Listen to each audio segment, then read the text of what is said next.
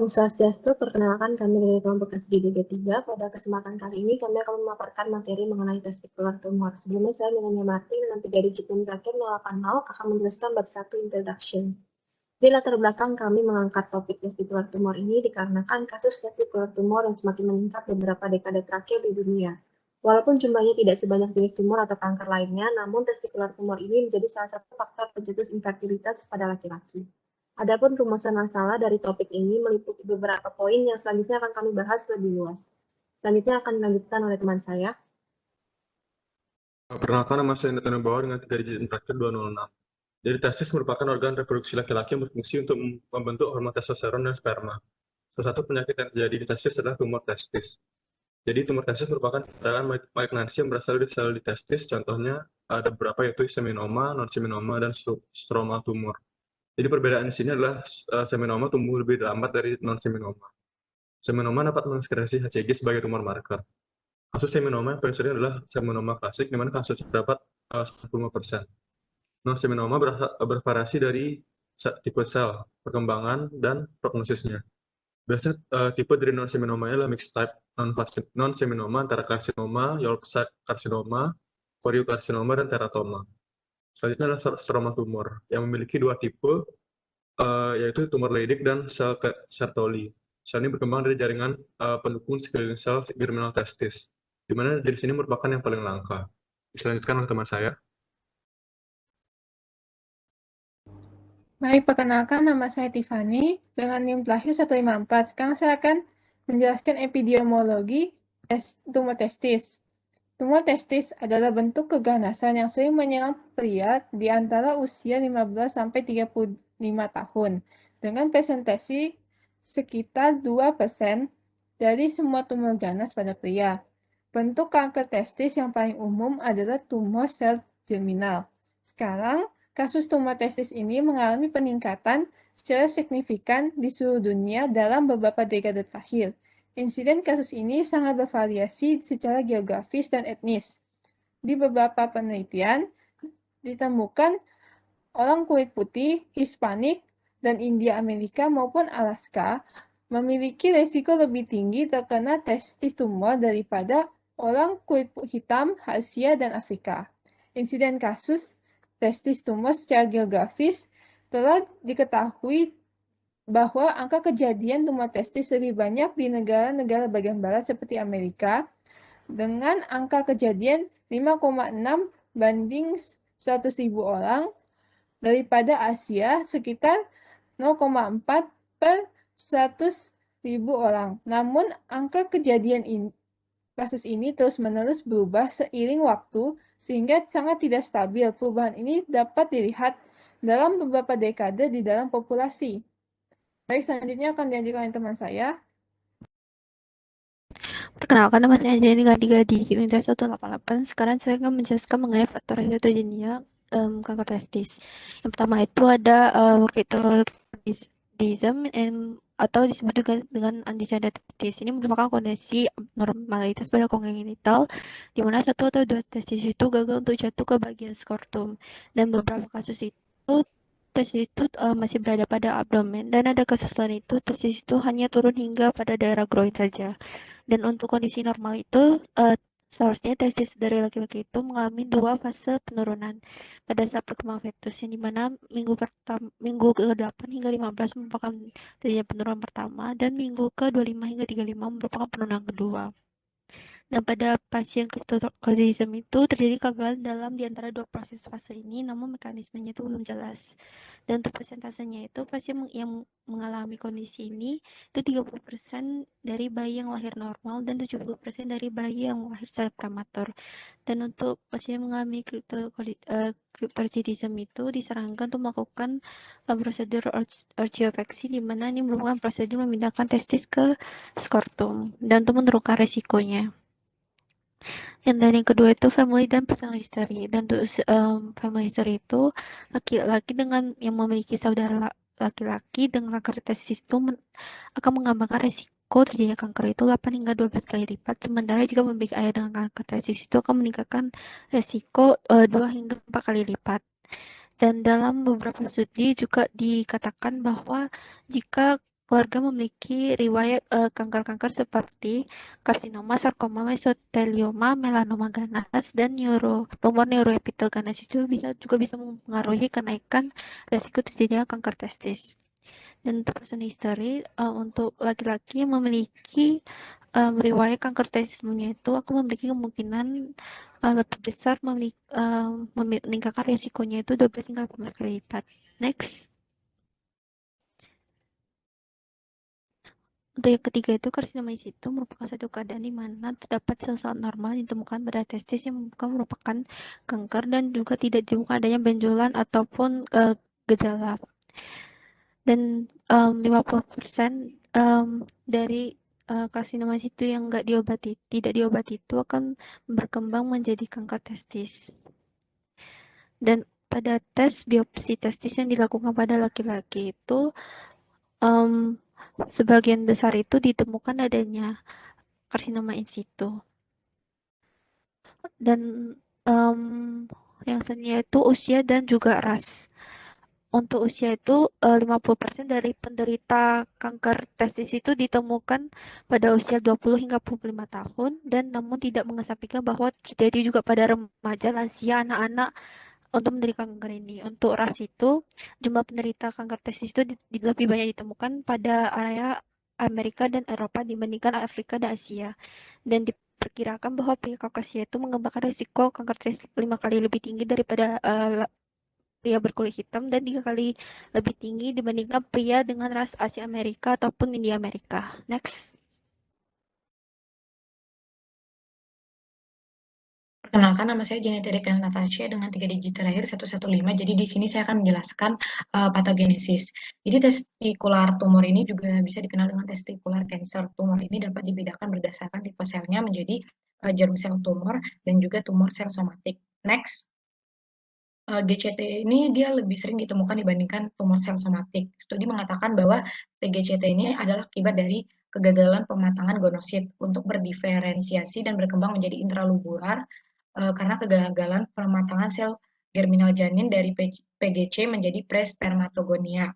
Lalu pada tahap perkembangan yang terganggu ini, PGC diblok selama proses diferensiasi sehingga PGC tidak dapat menghilangkan penanda embrioniknya.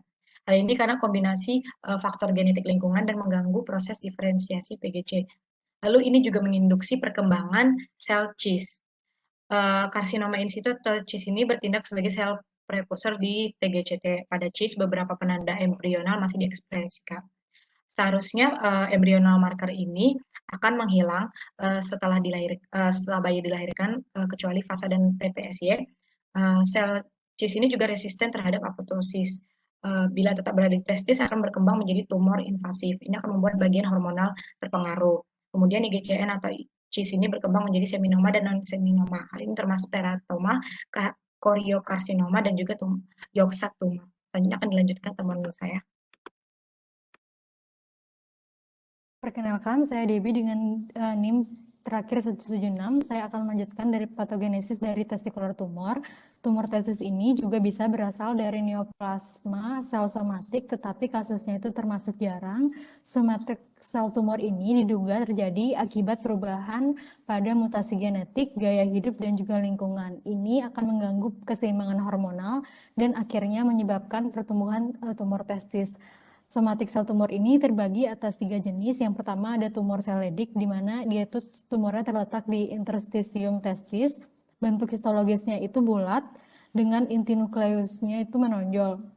Sel-selnya juga memiliki sitoplasma yang besar dengan eosinofilik di dalamnya. Tumor ini dapat mengsekresikan hormon estrogen dan juga androgen. Pada anak-anak yang mengalami pembesaran testis asimetris dan pubertas dini harus dipertimbangkan bahwa mereka mengalami tumor sel Leydig. Yang kedua ada tumor sel Sertoli. Kita bisa menemukan tumor ini berada di tubulus seminiferus, bentuknya itu unilateral, berlobus dan juga berbatas tegas. Secara histologis ditemukan nodul dan eosinofilia di dalam sitoplasmanya. Selain itu, secara sitogenetika terjadi peningkatan kromosom X dan juga peningkatan produksi estrogen. Yang ketiga ada tumor sel granulosa, di mana terdapat perbedaan bentuk sel antara penderita dewasa dan juga remaja. Pada penderita dewasa akan ditemukan ukuran sel yang lebih besar, keras, dan juga berlobus. Bisa dilanjutkan? Baik, perkenalkan nama saya Yoga dengan 3 digit NIM terakhir 222. Sekarang saya akan menjelaskan mengenai diagnosis. Jadi diagnosis tumor testis sangatlah penting untuk menentukan prognosis dari pasien. Dengan semakin canggihnya alat untuk mendiagnosis, sebuah studi menyatakan bahwa angka survival rate pada tahun 2011 meningkat menjadi 97% dibandingkan 83% pada tahun 1970. Sebelum memeriksa lebih lanjut, pemeriksaan screening dapat dilakukan dengan cara yang sangat sederhana, yaitu memeriksa testis sendiri secara rutin dengan menggunakan tangan. Namun, salah satu penelitian menyatakan pemeriksaan dengan USG secara rutin tidaklah dianjurkan. Modalitas utama yang digunakan dalam diagnosis tumor testis adalah scrotal USG karena relatif murah, tidak invasif, dan tidak menimbulkan radiasi, serta sensitivitas dan spesifisitasnya yang mendekati 100%. Selain itu, terdapat pemeriksaan lain seperti orkiektomi yang merupakan metode diagnostik sekaligus prosedur penanganan pada tumor testis. Sebuah penelitian juga menyatakan bahwa biopsi sebaiknya tidak dilakukan dan lebih baik jika langsung dilakukan orkiektomi, utamanya pada tumor stadium lanjut dan pada kasus-kasus intratestikular. Selain itu, tumor markers yang dapat digunakan sebagai screening sekaligus diagnosis jenis dari tumor testis. Antara lain yang dapat digunakan adalah beta-HCG yang biasanya meningkat pada pasien dengan ginekomastia, laktat dehidrogenase yang biasanya meningkat pada jenis tumor seminoma, dan alfa-fetoprotein yang biasanya meningkat pada 80-90% kasus jenis tumor non-seminoma. Untuk memeriksa metastasis, dapat disesuaikan dengan keluhan yang dialami oleh pasien, misalkan batuk, nyeri pada dada, nyeri pada tulang, dan gangguan neurologis. Dan dapat didalami pemeriksaannya dengan menggunakan X-ray dada, CT scan pelvis dan abdomen, MRI otak, dan melihat ada atau tidaknya pembesaran lymph node pada inguinal atau supraklavikular. Next. Baik, jadi pada tabel berikut adalah tabel untuk menentukan staging dari beberapa parameter yang digunakan dan klasifikasi staging berdasarkan parameter tersebut. Demikian untuk diagnosis, selanjutnya akan dilanjutkan oleh teman saya. Baik, perkenalkan saya Maharani dengan 3 digit NIM terakhir 030. Di sini saya akan menjelaskan diagnosis banding. Diagnosis banding yang pertama adalah epididymitis. Epididymitis merupakan inflamasi pada epididymis yang menyebabkan posterior scrotal pain yang dapat menjalar ke lower abdomen. Gejala lain dari kondisi ini dapat berupa bengkak pada skrotum, demam, disuria, hematuria, dan urinari frekuensi. Etiologi dari epididymitis berbeda tergantung umur penderita. Pada anak-anak usia di bawah 14 tahun, epididymitis bisa disebabkan oleh abnormalitas anatomik. Sedangkan pada usia 14-35 tahun, salah satu penyebabnya adalah Neisseria gonorrhoeae dan Chlamydia trachomatis. Untuk diagnosis banding yang kedua adalah epididymoorkitis. Epididymoorkitis merupakan kondisi emergensi yang terjadi akibat inflamasi pada epididymis dan ipsilateral testis. Kondisi ini sering disebabkan akibat sexually transmitted pathogen pada pasien di usia di bawah 35 tahun. Next. Baik, untuk diagnosis banding yang selanjutnya adalah testicular torsion. Testicular torsion ini merupakan true urological emergency berupa terpelintirnya spermatic cord. Hal ini menyebabkan terganggunya suplai darah ke testis. Tanda dan gejala dari testicular torsion antara lain nyeri hebat, kemerahan, swollen scrotum, demam, dan bisa menyebabkan nausea dan vomiting. Untuk diagnosis banding yang selanjutnya adalah hydrocele. Hydrocele merupakan suatu kondisi abnormal di mana terjadi pengumpulan cairan di potensial space antara parietal dan visceral layer dari tunica vaginalis yang menyebabkan terjadinya swelling pada salah satu atau kedua hemiskrotal. Pasien dapat merasakan testisnya sedikit lebih berat dari biasanya, dan untuk mengkonfirmasi kondisi ini dapat dilakukan dengan transilluminating test. Baik, sekian dari diagnosis banding, bisa dilanjutkan. Baik, perkenalkan saya Putu Divana Suryanov dengan 3 digit NIM terakhir 194. Saya akan menjelaskan tentang manajemen testikular tumor. Jadi manajemen utama dari testikular tumor adalah radical inguinal orchiectomy yang merupakan gold standard. Operasi ini bertujuan untuk menegakkan diagnosis, menentukan stadium tumor, dan manajemen kuratif. Setelah itu, histopatologi tumor akan diuji oleh patologi anatomi. Setelah itu, pasien akan menjalani pemeriksaan serum tumor marker dan imaging lagi. Lalu setelah semua pemeriksaan dilakukan pada pasien, stadium tumor dapat ditentukan. Next. Untuk stadium tumornya itu, The International Germ Cell Cancer Collaborative Group atau IGCCCG mengklasifikasikan stadium tumor berdasarkan prognosis menjadi stadium 1 dengan prognosis yang baik, 2A dan 2B dengan prognosis yang sedang, 2C dan 3 dengan prognosis buruk yang disertai, dan semua stadium tadi disertai tipe histopatologinya, bisa seminoma atau non-seminoma. Next. Jadi manajemen yang akan saya jelaskan ini adalah berdasarkan dari histopatologinya. Pertama, seminomatous germ cell tumor atau tumor seminoma adalah tipe tumor testis yang jinak dan dapat disembuhkan. Tipe tumor ini biasanya terjadi pada laki-laki usia 40 tahun ke atas. Manajemennya secara umum adalah orkiektomi, lalu dilakukan pengawasan, radioterapi, dan kemoterapi. Next.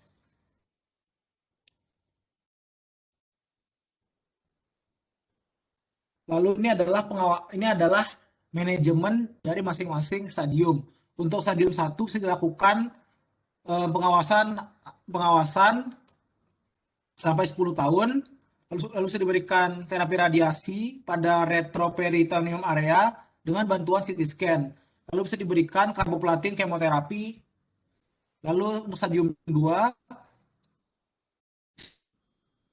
bisa dilakukan radiasi pada area retroperitoneum, para aortic, dan eksternal iliac lymph node.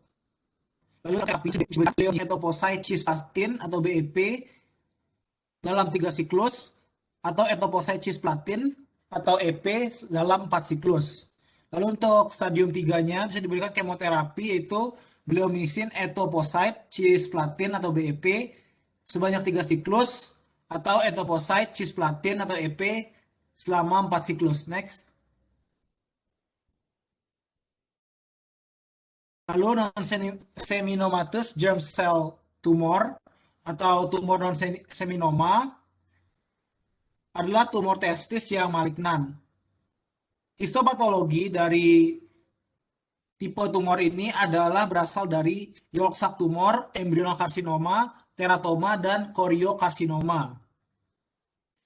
Tumor ini biasanya terjadi pada pasien laki-laki dan usia 30 tahun ke atas. Lalu manajemen yang digunakan dalam tumor ini bisa berupa pengawasan, cisplatin based chemotherapy, dan RPLND atau retroperitoneal lymph node dissection. Next.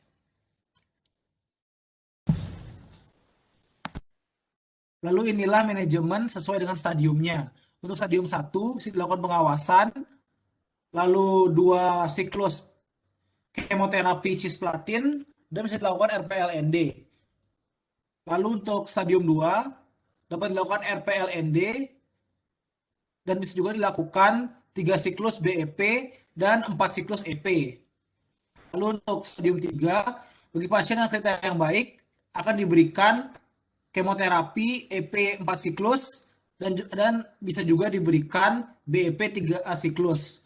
Lalu jika prognosis pasien sedang hingga buruk, maka pasien dapat diberikan 4 siklus BEP. Baik, demikian manajemen dan treatment. Baik, perkenalkan saya Regina Gunawan dengan 3 digit NIM terakhir 010. Saat ini saya akan menjelaskan mengenai pencegahan dari tumor testis, di mana tidak ada cara yang khusus untuk mencegahnya. Namun dalam beberapa literatur dikatakan deteksi dini atau screening dapat dilakukan untuk mencegah tumor testis ini. Dapat dilakukan dengan pemeriksaan testis secara mandiri yang dilakukan setiap 6 bulan sekali. Next.